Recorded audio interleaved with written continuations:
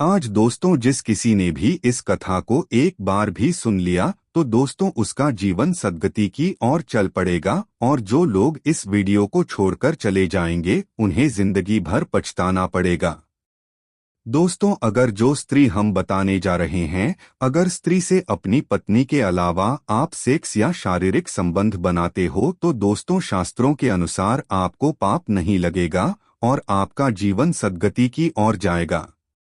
दोस्तों आपकी शादी हो गई है या भविष्य में होगी, और यदि आपको दूसरी स्त्री के साथ संबंध बनाना चाहते हैं तो बना सकते हैं।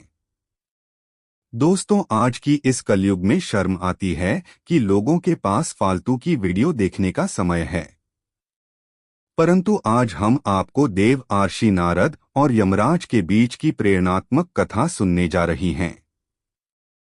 दोस्तों पत्नी के अलावा इस एक स्त्री से संबंध रखना पाप नहीं होता है।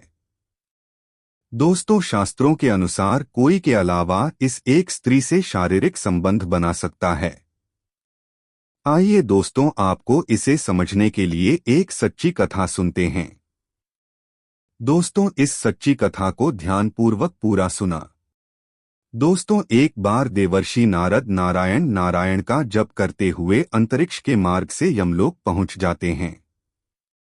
दोस्तों यमलोक के देवता यमराज विशाल का सिंहासन पर विराजमान होते हैं। उनके पास चित्रगुप्त बैठे हुए होते हैं। तभी देवर्षि नारद उस स्थान पर पहुंच जाते। देख यमराज उनका स्वागत करते हैं और उन्हें प्रणाम करते हुए खाने लगता है। दोस्तों नारद जी आपके आगमन से यमपुरी धन्य हुई है। देवर्षि नारद कहते हैं, है मृत्यु और न्याय के देवता यमराज आपको प्रणाम है। यमराज कहते हैं, अवश्य ही कोई महत्वपूर्ण कारण होगा। कृपया आप हमें बताने की कृपा करें कि आप किस प्रयोजन से आज यमपुरी आए हैं। तब नारद जी कहते हैं, है धर्मराज आप मृत्यु और न्याय के देवता हैं। तीनों लोकन के प्राणियों को उनके कर्मों के अनुसार दंड देने का कार्य आप करते हैं। आपके पास समस्त प्राणियों और चारों दिशाओं का लेखा जोखा रखा हुआ है। पापी मनुष्यों को आप नरक और पुण्य आत्मा मनुष्य को आप स्वर्ग में भेजते हैं। इसीलिए आपको मनुष्यों के सभी पाप और पुण्य कर्मों का ज्ञान है। मैं आपके पास एक विचित्र प्रश्न लेकर आया हूं। दोस्तों कृपया आप मेरे इस प्रश्न का उत्तर दें। फिर यमराज कहते हैं, है देवर्षि आप सत्य कहते हैं। हमारे पास तीनों लोकों के प्राणियों का लेखा जोखा रखा हुआ है, क्योंकि प्रभु हमें यही कार्य सौंप है। हम प्रभु के आदेश से ही मनुष्य के पाप और पुण्य कर्मों के आधार पर उन्हें दंड देते हैं। आपके मन में जो भी प्रथवा शंका है आपने संकोच होकर पूछिए। हम अपनी समर्थ के अनुसार उनका समाधान अवश्य करने का प्रयास करेंगे। दोस्तों तब देव कहते हैं, यमराज शास्त्र कहते हैं कि एक पुरुष को केवल एक ही स्त्री से विवाह करना चाहिए, एक ही स्त्री से संबंध बनाना चाहिए। किंतु मैंने यह भी देखा है कि कुछ मनुष्य अनेक विवाह करते हैं, अनेक स्त्रियों से संबंध रखते हैं। क्या यह पाप नहीं? क्या ऐसे मनुष्यों को नरक में डाला जाता है? इस पर शास्त्र क्या कहते हैं? क्या कोई मनुष्य अनेक विवाह कर सकता है? कृपया आप मेरी इस शंका को दूर करें। राज की देवर्षि आपने समस्त मानव जाति के कल्याण के लिए उचित ही प्रश्न किया है। दोस्तों हम आज के इस युग की बात करें तो जब पति पत्नी एक दूसरे की शादी के बंधन में बंध जाते हैं और एक साथ रहने की कसम खाता है। दोस्तों यह कसम आज के इस आधुनिक हर कोई पंडित के सामने लेठी है, परंतु आज की इस जमाने में कसम जो एक दूसरे के पति पत्नी के समय शादी के समय ली जाती है वह एकमात्र कसम ही रह गई है। क्योंकि दोस्तों शादी हो जाने के बाद एक ही पत्नी के साथ कई बार संभोग करने के बाद या सेक्स करने के बाद पुरुष बर हो जाता है और दूसरी पत्नी की तरह नजर लगाना शुरू कर देता है। और आज की इस जमाने में हर एक पुरुष शादीशुदा बस यही फर्क नहीं घूमता। राहत है कि इस औरत से और संबंध बना लो।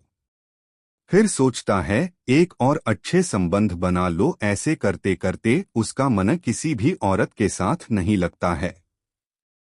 बस उसके माँ में एक नई नई औरतें के साथ हवस बुझने का ही माँ बना राहत है। परंतु दोस्तों, एक ही स्त्री ऐसी होती है कि अगर आप उसके साथ पत्नी के होते हुए भी संबंध बनाते हैं, शारीरिक या सेक्स करते हैं, तो दोस्तों शास्त्रों के अनुसार आपको पाप नहीं लगेगा। दोस्तों, संसार में मनुष्य एक से अधिक विवाह कर सकता है या नहीं, इसका उत्तर देने से पूर्व मैं आपको एक कथा सुनता हूँ। इस महान कथा में आपको सभी प्रश्नों के उत्तर मिल जाएंगे। इसलिए आप इस कथा को ध्यान से जरूर सुन। जो भी इस कथा को ध्यान से सुनता है, मैं उसके 32 अपराध माफ करता हूँ। फिर नारद जी कहते हैं, है धर्मराज, आप उसे कथा को कहिए, मैं उसे ध्यान से पूरा सुनूंगा। तब यमराज नारद जी को वह महान कथा सुनते हैं। प्राचीन कल की बात है, मध्य देश में अत्यंत शोभायमान नगरी थी। उस नगरी के एक अत्यंत गुणवान, बलवान और रूपवान राजा थे जिनका नाम था धर्मपाल। महाराज धर्मपाल एक थे। उनकी प्रजा उनके न्याय से अत्यंत संतुष्ट रहा करती थी। राजा भी अपनी प्रजा का अच्छी तरह से देखभाल करते हैं। प्रजा का सभी का अच्छी तरह से ध्यान रख कन्या नाम की पत्नी थी जो अत्यंत सुंदर, गुणवान, चरित्र और पतिव्रता नई थी। महाराज धर्मपाल और रानी सुकन्या बहुत ही दयालु स्वभाव के थे। वे हर प्रकार के यज्ञ, दान, धर्म तथा अनुष्ठान किया करते थे। उनके साम्राज्य में सब कुछ था, किंतु केवल एक कारण से महाराज, महारानी और प्रजा दुखी रहते थे।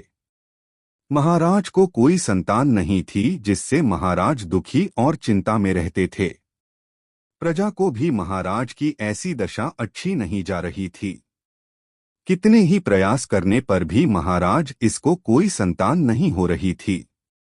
महाराज ने अनेक वैद्य बुलाए, अनेक पुत्र प्रताप के उपाय किया, दान धर्म किया, व्रत, किंतु उन्हें किसी भी उपाय से संतुष्टि नहीं मिली।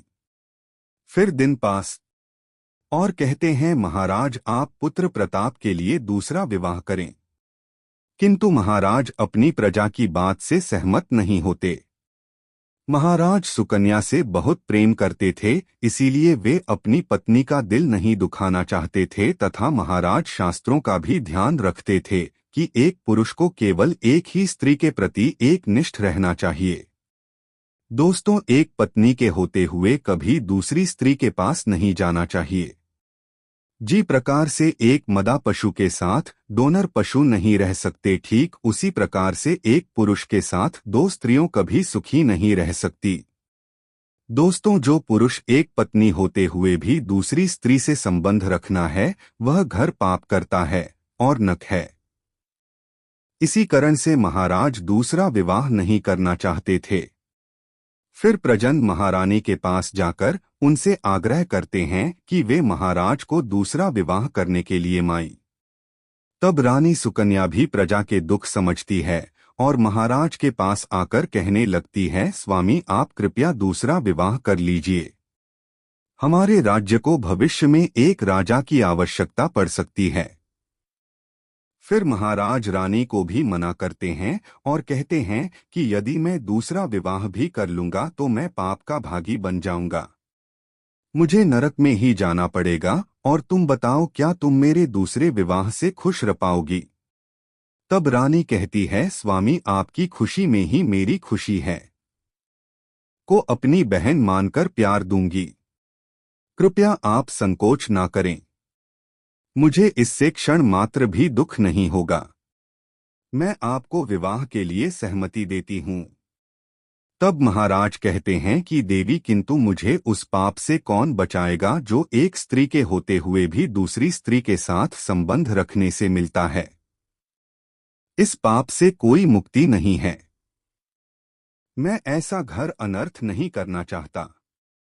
उधर स्वर्ग लोक से महाराज के सभी पूर्वज इस घटनाक्रम को देख रहे होते हैं। वे अपने पुत्र के ऐसे व्यवहार से अत्यंत दुखी हो जाते हैं। यदि महाराज को पुत्र नहीं तो कल का विनाश हो जाएगा।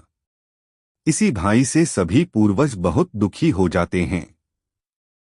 फिर एक दिन सभी पूर्वज महाराज के साथ नेमे आकर उन्हें दर्शन देते हैं और कहते हैं, एक पुत्र तुम्हारे कारण हमारी दुर्गति हो रहा है।